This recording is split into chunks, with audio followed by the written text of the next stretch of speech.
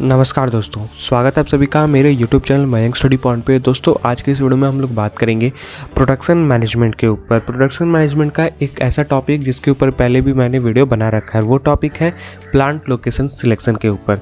यहाँ पे आज के इस वीडियो में जानेंगे प्लांट लोकेशन सिलेक्शन और उसका प्रोसेस, किस तरीके से वो प्रोसेस करेंगे। ओके, तो चलिए वीडियो में आगे बढ़ते हैं। और वीडियो में आगे बढ़ने से पहले मेरी आप सभी से एक छोटी सी रिक्वेस्ट है कि अगर आप लोग चैनल पर न्यू हो तो चैनल को प्लीज़ सब्सक्राइब करो, प्रेस करो बेल आइकन को भी, ताकि आपको हमारे आने वाले वीडियो का नोटिफिकेशन तुरंत मिले और आप उसे मिस ना कर सको। तो बढ़ते हैं आज के मेरे टॉपिक की तरफ। तो चलिए आज कुछ नया सीख लेते हैं।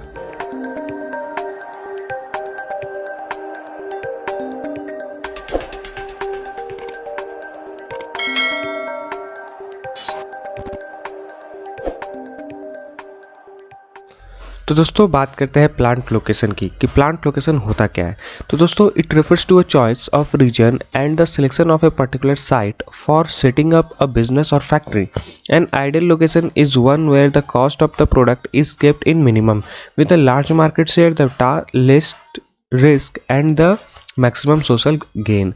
दोस्तों प्लांट लोकेशन समझने से पहले हम लोग ये समझते, इसको अपनी भाषा में समझने की कोशिश करते हैं कि प्लांट लोकेशन हम लोग क्यों चाहिए। कहीं भी प्लांट बनाने के लिए आप मान लो आप एक ऑर्गेनाइजेशन इस्टेब्लिश करना चाहते हो, तो वो ऑर्गेनाइजेशन आप कहाँ बनाना चाहोगे? जहाँ पे लोग ज़्यादा रहते हैं या जहाँ पे लोग रहते ही नहीं है, जहाँ पे सप्लाई हर चीज़ का कम है, कनेक्टिविटी कम है। आप वहाँ पे सिलेक्ट करोगे जहाँ पे कनेक्टिविटी अच्छा है, जहाँ पे रास्ते अच्छे हैं, वहाँ पे हर एक चीज़ जल्दी मिलता है, वहाँ पे आपको मार्केट समझ में आता है, उस जगह पे आप अपना लोकेशन बनाओगे। तो यहाँ पे प्लांट लोकेशन का मतलब यही हो रहा है कि आपको वो जगह सेलेक्ट करना है जहाँ से आपको अपने ऑर्गेनाइजेशन के लिए हर चीज़ जल्दी मिल जाए, सुख सुविधा वहाँ पे आपके प्लांट के लिए सही रहे, जहाँ लेबर मिल जाए, जहाँ पे मटेरियल्स मिल जाए उस प्रोडक्ट को बनाने के लिए। तो यहाँ पे वही बताया गया है कि it refers to a choice of region. आप सबसे पहले यहाँ पे क्या चूज़ करोगे, वो आप कौन से रीजन में बनाना चाहते हो, और वहाँ वो रीजन चेक करने से पहले आप ये डिसाइड करते हो कि आपको कौन सा प्रोडक्ट बनाना है। तो हर एक पॉइंट है, हर एक स्टेप होता है, हर एक प्लानिंग होता है। तो हम लोग मान लेते हैं कोई भी प्रोडक्ट हम लोग सिलेक्ट कर लिया, अब हम लोग वहाँ पे सिलेक्ट करेंगे रीजन, कि कौन से रीजन में ये प्रोडक्ट बनाना सही रहेगा। तो आप वो लोकेशन, पहले वो रीजन सेलेक्ट करोगे।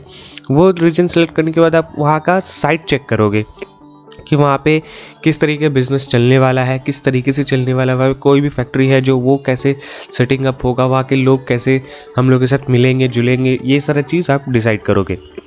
फिर आता है an ideal location is one where the cost of the product is kept to minimum.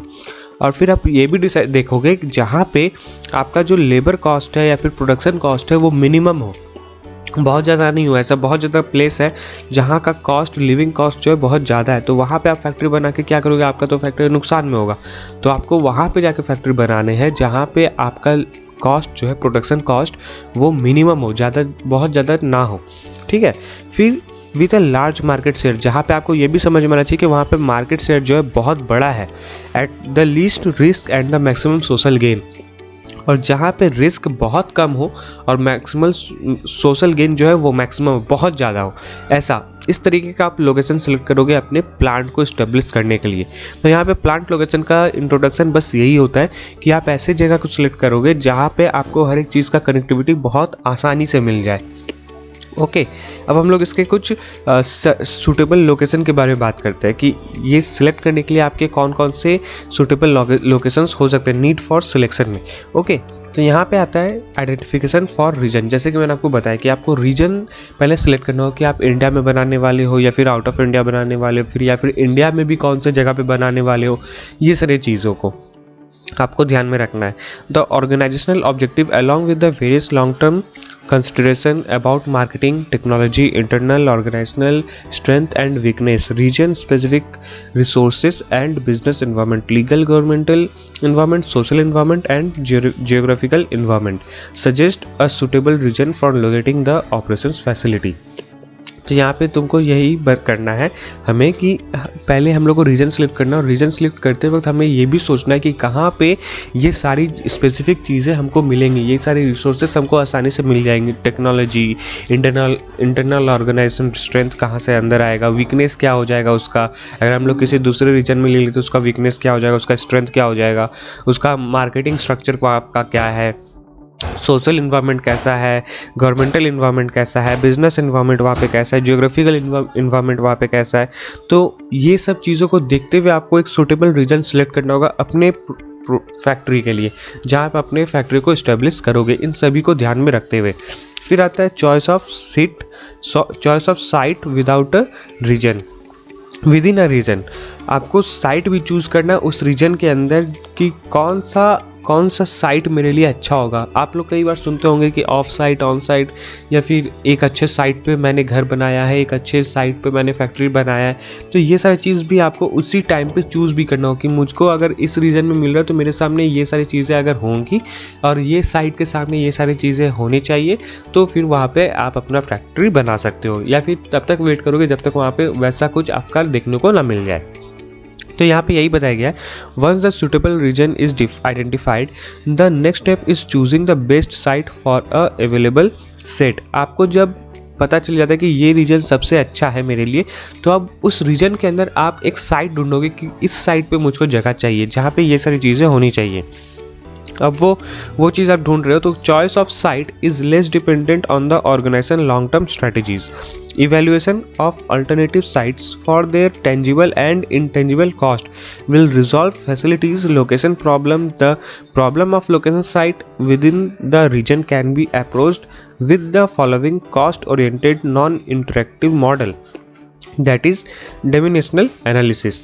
तो आप उन साइट को चूज़ करते हो जहाँ पे आपको ज़्यादा प्रॉब्लम्स देखने को ना मिले, जहाँ पे कॉस्ट ओरिएंटेड कम हो, नॉन इंटरेक्टिव मॉडल जो है वो कम हो।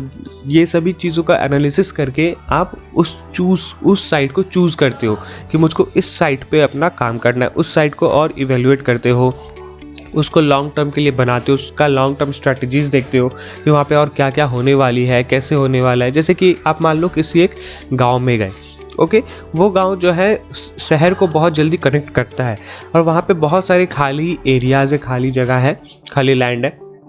आप वहाँ पे आप साइट जब चूज़ करो तो आप ये डिसाइड करोगे ना कि कौन सी जगह पे मैं बनाऊँगा, और जब मैं बनाऊँ या फिर ना बनाऊँ, कुछ टाइम के बाद बनाऊँ, तो वहाँ पे क्या क्या चीज़ें डेवलप्ड होंगी, वहाँ के लोग किस चीज़ के लिए ज़्यादा डेवलप करना चाहते हैं, किस चीज़ को ज़्यादा डेवलपमेंट देखना चाहते हो। वहाँ पे दुकान बनाना चाहते हैं, वहाँ पे कुछ मार्केट बनाना चाहते हैं, वहाँ पे थिएटर बनाना चाहते हैं, कुछ भी। तो पहले ये देखोगे कि आप वहाँ पे लोगों को कनेक्ट कैसे कर रहे हो। वहाँ के लोग अगर वहाँ पे कनेक्ट हो रहे हैं तो फिर आप अपना साइट को चूज़ करो कि मुझको इस जगह पे इस तरीके का साइट बनाना है, इस तरीके का फैक्ट्री बनाना है। तो आपको ये साइट भी चूज़ करना पड़ता है विद इन रीजन के अंदर ही आपको वो साइट भी, आपको एक अच्छा सा साइट चूज़ कर लेना जहाँ पे आपको ज़्यादा चैलेंजेस देखने को ना मिले, आपके लिए वो आसानी हो जाए वहाँ पे प्रोडक्शन। ओके, तो ये नीड फॉर सिलेक्शन था। अब हम लोग बात करते हैं प्रोसेस ऑफ लोकेशन सिलेक्शन का, कि अब प्रोसेस ऑफ लोकेशन सिलेक्शन होता कैसे, कि आपको लोकेशन समझ में आना है तो वो प्रोसेस कैसे काम करता है। तो सबसे पहले आप क्या करते हो, develop a detail list of selection criteria. आप अपना एक लिस्ट क्रिएट करते हो, लिस्ट तैयार करते हो जहाँ पे आपने डिटेल में लिख रखा है, जहाँ पे कि सिलेक्शन क्राइटेरिया क्या क्या होना चाहिए, कि वहाँ पे कनेक्टिविटी अच्छा होना चाहिए, वहाँ का कॉस्ट अच्छा होना चाहिए, वहाँ पे लेबर ज़्यादा मिलने चाहिए, वहाँ पे लोग बहुत ज़्यादा कनेक्टिविटी बनाए रखे एक दूसरे के साथ, एक दूसरे के इन्वायरमेंट, वहाँ का इन्वायरमेंट, लोगों का इन्वायरमेंट, जियोग्राफिकल इन्वायरमेंट, जो भी चीज़ें हमने प्रीवियस पढ़ी वो सभी चीज़ें होनी चाहिए। तो ये आता है develop a detail list of selection criteria. Okay, उसके बाद आता है analyse qualitative and quantitative factors. आपका वहाँ पे क्वालिटेटिव और क्वांटिटेटिव फैक्टर्स क्या क्या होने वाले, ये चीज़ों को समझना। जब आप सिलेक्ट कर लेते हो कि मुझको ये सारी चीज़ें चाहिए, उसके बाद आप ये देखते हो कि वहाँ पे क्वालिटेटिव और क्वांटिटेटिव फैक्टर्स क्या क्या है। उसके बाद देखते हो कि research competing communities and evaluate data. उसमें जो आप रिसर्च करने वाले या फिर जो रिसर्च आप करोगे वो किस तरीके से काम करेगा, कॉम्पिटिंग कम्युनिटीज़ क्या क्या है, इवेल्युएट वहाँ पे और क्या क्या कर सकते हो, वहाँ पे और कौन कौन से डेटाज को आप लेकर आ सकते हो। फिर आता है कंसिडर इंसेंटिव्स एंड बोनसेस। वो जगह आप जो सिलेक्ट करने वाले हो वो क्या इंसेंटिव है, उसमें क्या इंसेंटिव मिलने वाला है, उसमें फ्यूचर में क्या बोनसेस मिलने वाले हैं, ये सारी चीज़ों को आप ध्यान में देखते हो। Finalise the decision, memorialise the deal. उसके बाद आप अपना डिसीजन को फाइनल करते हो कि मुझे ये जगह चाहिए और वहाँ पे आप डील करते हो कि आप वो जगह ले चुके हो। तो ये कुछ प्रोसेस होता है, 5 प्रोसेस, जहाँ पे आप अपने लोकेशन को सिलेक्ट करते हो कि एक अच्छे लेआउट के साथ। तो ये प्रोसेस हमने जाना कि ये किस तरीके से काम करता है। ओके, तो दोस्तों आज के लिए बस इतना ही। उम्मीद करता हूँ कि आप सभी को मेरा वीडियो पसंद आया होगा। तो जाते हैं तो वीडियो को लाइक करें, और अगर आप चैनल पर न्यू हो तो चैनल को प्लीज़ सब्सक्राइब करो, प्रेस करो बेल आइकन को भी, ताकि आपको हमारे आने वाले वीडियो का नोटिफिकेशन तुरंत मिले और आप उसे मिस ना कर सके। तो मिलते हैं हमारे अगले वीडियो पे। तब तक के लिए जुड़े रहे मैं स्टडी पॉइंट के साथ। वीडियो को पूरा देखने का बहुत बहुत धन्यवाद।